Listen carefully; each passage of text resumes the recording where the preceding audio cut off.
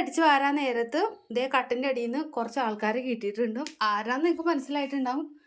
നമ്മുടെ പപ്പു അമ്മയുടെ പിള്ളേരാണ് കേട്ടോ. പപ്പൂസ് പിള്ളേരെയും തൂക്കിയിട്ട് കട്ടിൻ്റെ അടിയിലേക്ക് വന്നിട്ടുണ്ട്.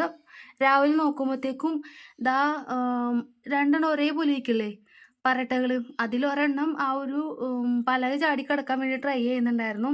ചിലപ്പോൾ കടന്നിട്ടുണ്ടാവും, എന്താണെന്നറിയില്ല. പപ്പൂസ് എന്തായാലും ദേ ഇപ്പക്കത്തിന് തൂക്കി എടുത്തുകൊണ്ട് വന്നിട്ടുണ്ട്. കട്ടിൻ്റെ അടിയിൽ കൊണ്ട് ഇട്ടേക്കായിരുന്നു. ആ മൂലക്കായിരുന്നു ഉണ്ടായിരുന്നത്. ഞാൻ കട്ടിൻ്റെ അടി അടിച്ച് വരാൻ നേരത്ത് നോക്കും മൂലക്കായിരുന്നു. എന്നെ കണ്ടപ്പോൾ എല്ലാം കൂടി എണീച്ച് ഇങ്ങോട്ടേക്ക് വന്നതാണ് കേട്ടോ. ഇതൊക്കെ ചെയ്ത് വെച്ചിട്ട് എനിക്കൊന്നും അറിയാൻ പാടില്ലേ എന്നുള്ളൊരു മട്ടിലിരിക്കും. നോക്കിയും പപ്പൂസേ ഡേ, ഇങ്ങനെ വെച്ച പിള്ളേരൊക്കെ പുറത്തേക്ക് ഇറങ്ങി പോവില്ലേ? ആരെങ്കിലും ചവിട്ടില്ലേ? കുഞ്ഞുവാവളല്ലേ? കേൾക്കുന്നുണ്ടോ വല്ലതും? എവിടെന്ന്